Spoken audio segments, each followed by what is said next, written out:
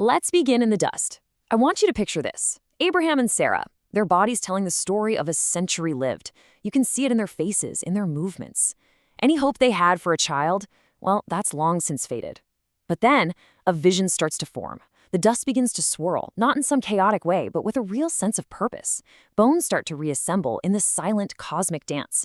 And then, a divine light just breathes life back into the form. It's a promise of resurrection, and it's happening right here, right in this very moment. You know, the Zohar tells us that when the body is finally laid to rest, the soul itself, it mourns. Now, that's a really profound statement, isn't it? It's about the deepest partnership that could ever exist, the soul and the body. See, this isn't a story of a prisoner escaping its cage. No, this is about a partner grieving a separation. And this feeling of loss, this really fundamental sorrow, is the key. It's the key to unlocking one of the greatest secrets encoded inside the entire Torah.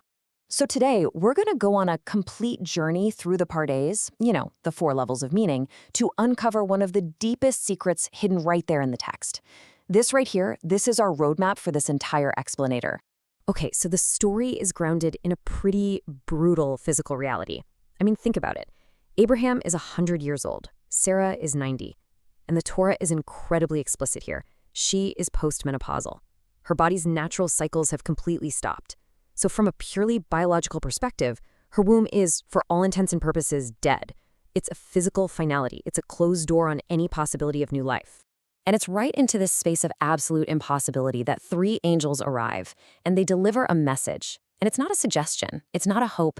It is a declaration. I will surely return to you at this time next year, and behold a son for Sarah your wife.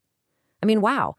This isn't just unlikely. It is a direct challenge to the very laws of nature as anyone and everyone understands them. And Sarah, who's listening from inside the tent, she laughs. But you have to understand, this isn't the laugh of just simple mockery or disbelief. No, this is the laugh of pure, unadulterated human reason. It's the sound of the physical world hearing a promise that violates its most basic fundamental rules. It's the body's gut reaction, its honest reaction, to a spiritual decree that seems to just totally ignore its reality. And believe it or not, it's in this very laugh that a whole universe of meaning is hidden. Okay, so this is where things get really, really interesting. The mystics, especially in the Midrash Hanelam of the Zohar, they see this whole event not just as some historical miracle, but as a living paradigm, a template. You see, it's not just a story about one woman. It's a story about every single human body. And right here, this is the central idea. The story of Isaac's birth is actually a coded message, planted right there in history for us to find. It's a real-world demonstration, a proof of concept for the ultimate promise that seems to defy all logic, the resurrection of the dead. Think about it. If God can bring life from a womb that is biologically dead, then he is demonstrating the exact mechanism by which he will one day bring life from a body that is physically dead. And this right here just brilliantly illustrates the parallel. The promise to Sarah is the universe's proof of concept for its greatest promise to us, Tekiyat Hamitim, the revival of the dead. I mean, look at this. Every single detail maps perfectly. A body that's past its natural limit for life becomes the symbol for a body that's past its ultimate limit. Life emerging against all odds is the symbol for life re-emerging from the dust itself. It's absolutely perfect. So to really get our heads around how this is even possible, we need to look at the cosmic engineering behind creation itself. This isn't magic, you guys. It's mechanics. It's all about understanding the spiritual architecture of a human being. Okay, first, let's talk about the soul, the neshama.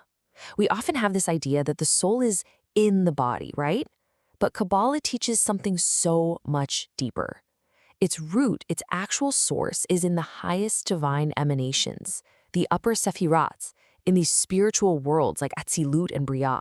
So think of it as the pure spiritual source code, the perfect, untarnished blueprint of who we really are.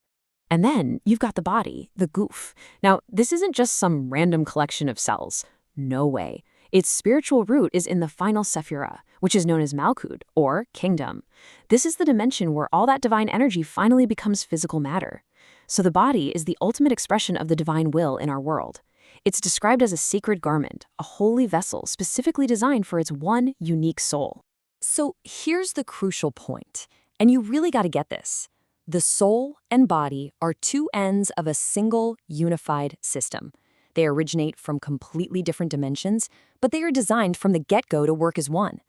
The soul is the blueprint from the highest worlds of thought and energy. The body is the physical manifestation down here in the world of action. They aren't separate things. They're two poles of one single creation. So, the big question is, how do these two poles connect? Well, they connect through the Sephirah of Yesod, which means foundation. Think of Yesod as the cosmic conduit. It's the channel that allows all that life force and consciousness from the soul's high source to flow down and actually animate the body and Malkut. It's the bridge between the spiritual blueprint and the physical form. So with that architecture in mind, the process starts to become crystal clear. At death, that main connection through Yesod gets severed. The soul withdraws. But, and this is absolutely critical, a trace element remains. The Kabbalists call this the hevel de germay, the vapor or breath of the bones. It's like the spiritual moisture that keeps the bones from becoming completely desolate, preserving their connection to their soul. Then, at the appointed time for resurrection, a brand new divine flow is initiated. It travels down through that exact same channel of Yesod, finds the reconstituted body using that lingering spark, and reboots the entire system. But this isn't just some cold mechanical process. It's actually a love story. We've heard the systems analysis, which is incredible, but the mystical tradition frames this entire process in the language of deep, profound intimacy. The Tikkun Zohar takes this famous, beautiful vow of loyalty from Ruth to Naomi and completely reimagines it. This, it says, is the vow the soul makes to its beloved body. Where you go, I will go. Where you lie down, I will lie down. Where you die, I will die, and there I will be buried. The soul makes a promise to never, ever truly abandon its physical partner. And this is the real essence of that hevel de germay we were just talking about. It's not just some mechanical residue. It's the fulfillment of a vow. A part of the soul, the nephesh, literally stays with the body in the grave, watching over it, keeping it from complete oblivion. This is that spiritual moisture that allows the dry bones in Ezekiel's prophecy to hear the word of God and live again. It's a caretaker, it's a guardian, and it's a living promise of return. They are one system. They were designed to be one for all of eternity. The soul is assuring the body that this long sleep is just an intermission. It's not the end of the story. The ultimate destiny is reunification, to be one complete being, body and soul together, forever. Now, I know this ancient system can feel a little bit abstract, so let's try to translate it into a couple of modern languages just to make it totally concrete. This is where the engineering behind the universe just becomes incredibly clear. All right, first up, for anyone who thinks in terms of technology or systems architecture or data management, this is the cosmic engineering perspective for you. I want you to think about it this way. Your soul is the original, perfect schematic, the source code, and it's stored safely in the divine cloud. Your body, that's the hardware, the physical device built specifically to run that code. Life is what happens when the system is online, when there's an active connection, a spiritual Wi-Fi, if you will, streaming data between them. Death isn't the deletion of the source code. It's just a hardware failure. The machine breaks down.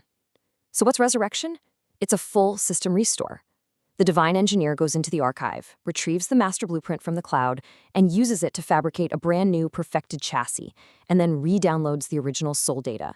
It's a complete and total reboot. Okay, now for all the kids out there, and frankly for anyone who's ever played a video game, this is going to sound very, very familiar. The mechanics are almost identical. It's simple. Your soul is your account on the game's main server. It's all your progress, your achievements, your entire identity. Your body is just your avatar in the game. Now, when your character dies in the game, what actually happens? They just despawn from the game world, right? But is your account deleted? Of course not. That hevel de germay we talked about, that's your essential save file, that link that says, this character belongs to this account. And resurrection, well, that's just respawning. The game server takes your saved data, brings your character back into the world, probably at a safe point, with full health, ready to take on the next level of existence. So let's bring all of these incredible threads together. We started in the dust with Sarah and Abraham, and we end with this radiant vision of the future, a future that is promised to every single one of us. Here's the key takeaway from all of this. The miracle of Isaac's birth was not a one-time party trick. It was a permanent lesson embedded into the very fabric of reality itself. It's the universe screaming at us that the laws of nature are the rules of the system, sure, but they are not the limitations of the system's designer. The creator is not bound by his own creation.